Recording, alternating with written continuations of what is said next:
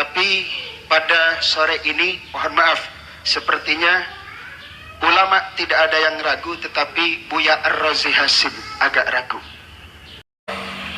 Kalau hadis itu yang dijadikan dasar bahwa baginda Rasul secara formal baru sudah menjadi Rasul sebelum dunia ini diciptakan, maka saya hari ini mau mengatakan bahwa saya sudah sejak dulu menjadi pengurus Aswaja NU Center sebelum dunia ini diciptakan.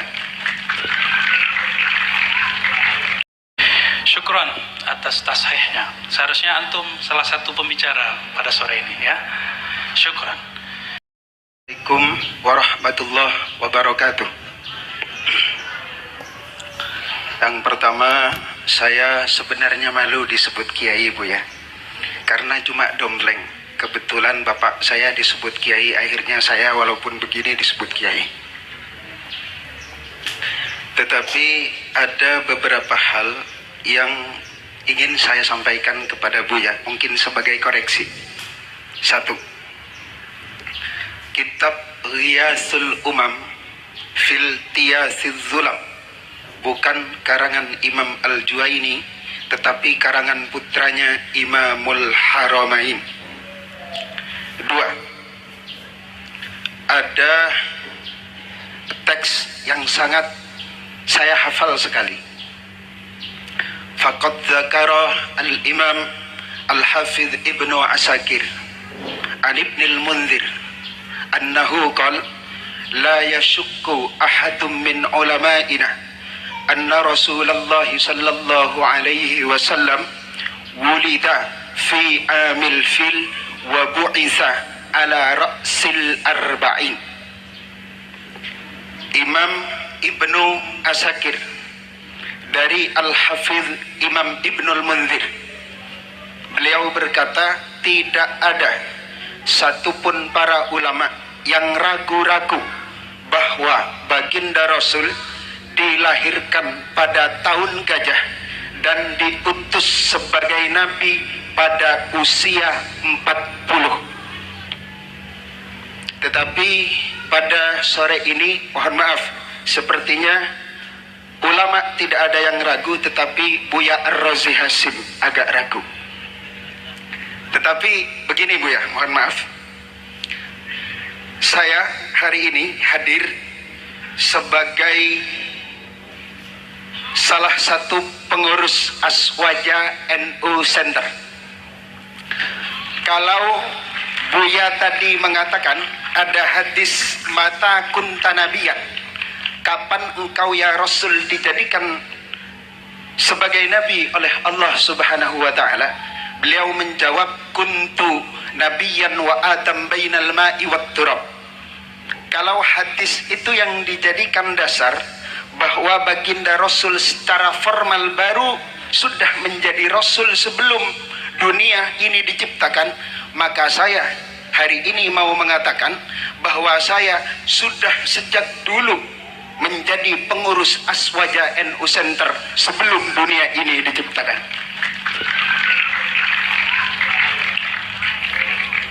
Kemudian yang keempat,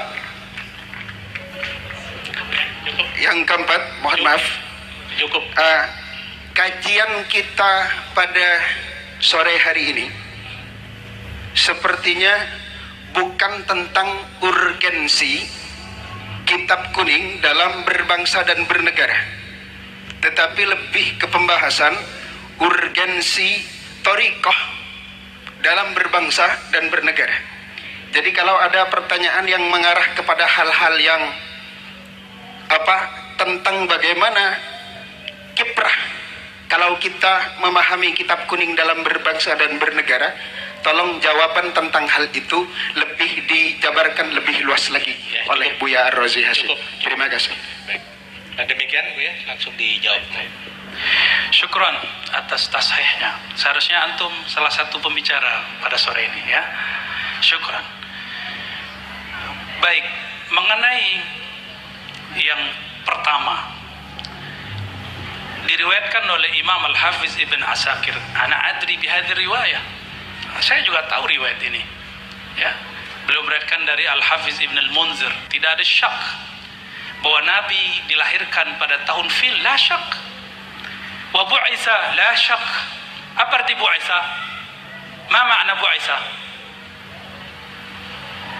Apa arti bu'isa? Apa artinya Kiai? Diutus sebagai seorang nabi secara formal. Itu kalam antum atau teksnya? Terserah Buya Ar-Razi. Enggak, saya tanya karena antum mengungkapkan teks, saya tanya, ma makna bu'isa? Hal fi farq baina bu'isa, bi'sah dengan nubuwah, bi'satur risalah dengan nubuwah, fi farq. Enggak usah pakai kalam itu dulu, pakai kalam Imam Darimi aja. Ada di Sunan Darimi.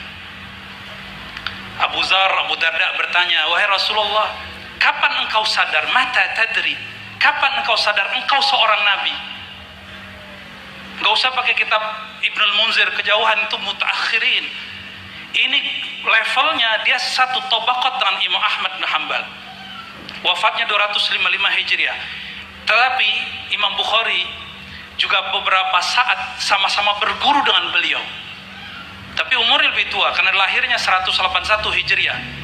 Ya, saya tahu antum ketua NU apa tadi? Aswaja Center. Ya alhamdulillah, syukran, jazakallah khair ya.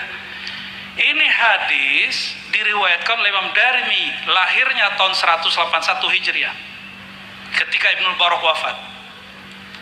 Maka dia umurnya dekat dengan Ahmad bin Hanbal, pendiri Hanbali. Di situ ada riwayat. Kapan engkau sadar wahai Rasulullah, engkau seorang nabi? Jawaban Nabi sallallahu alaihi wasallam apa? Ketika aku bermain dengan anaknya Halimah, tiba-tiba dadaku dibedah, diambil oleh dua sosok terbang dari atas. Itu beliau sadar beliau seorang nabi. Antum umur segitu sudah sadar belum jadi ketua NU Center? Aneh tanya serius, sudah sadar belum? Syai'ani mukhtalifani, dua hal yang berbeda. Antum menyadari sebagai ketua NU Center beda dengan Nabi SAW. Dua hal yang berbeda.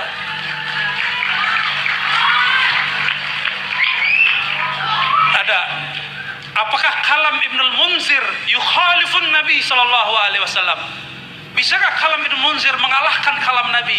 Mata tadri annaka nabiyyun, kapan engkau tahu engkau seorang Nabi SAW? Gak bisa. Maka kalam itu bukan Ibnul Munzir yang salah. Anta mukhti fi fahmi ma'na al-bi'tsah. Kita berbicara bab nubuwah, la bi'tsah ya akhi. Ya, kita nggak ngomong tentang bisa muttafaq annahu bu'isa fil arba'in. Ini aneh sengaja bil Arabi aneh jawab biar yang lain nggak paham juga yang lain. Ya, bainana mahabbah baini wa bainak. Baik.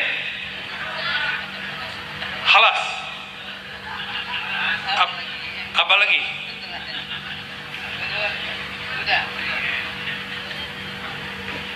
Baik, semakin sore kayaknya semakin seru ini. Apalagi nanti kalau Ibu Nyai sempat juga menyampaikan pemikiran-pemikirannya tentang tema kita pada sore hari ini. Oh, yang terakhir soal thariqah. Ya, khalas. Adakah thariqah tidak pakai kitab? Kalau ada bid'ah, dalalah. Maka antum melihat, saya berbicara kenapa saya bawa tentang nuansa spiritual dalam bab kitab. Karena saya menemukan justru kebangkitan rohani spiritual saya ada di dalam kitab. Mungkin kita beda pandangan, gak masalah. Dan saya melihat orang-orang yang membackup negeri ini, salah satunya orang yang baca kitab dan dia seorang mursyid thariqah. Dulu presiden yang lama juga sama, sebelum presiden ini, kalau dia lagi ada masalah dikumpulkan mursyid-mursyid ke istana, zikiran la ilaha illallah. Ada.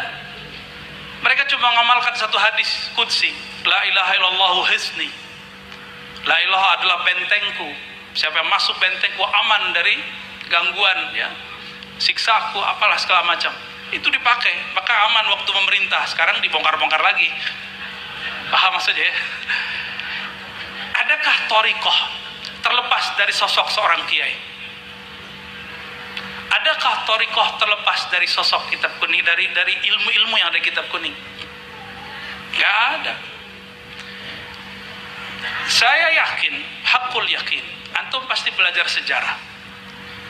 Kerajaan Banten dulu dipimpin rajanya, sultannya seorang sufi dan mengajar kitab. Di Banten ada Sultan Hasanuddin. Sanad-sanad kita, beberapa kitab ke beliau sebenarnya, sanad thariqah. Mereka memimpin negara seorang sufi. Di Riau, di Kalimantan, di Aceh, semuanya, hampir semuanya. Ya. Bahkan thariqah Sanusiyah, thariqah Naqsyabandiyah, ya, bahkan di Maghrib itu apa aja ada thariqah, Tijani, Siddiqiyah, Ghumariyah, Jazuliyah, Masya Allah. Dan raja-rajanya ngaji kitab, dipandu oleh kitab. Ya.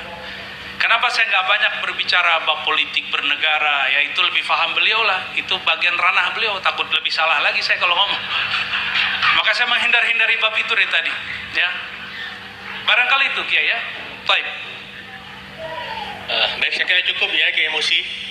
Nanti berlanjut di diskusinya di warung kopi saja nanti.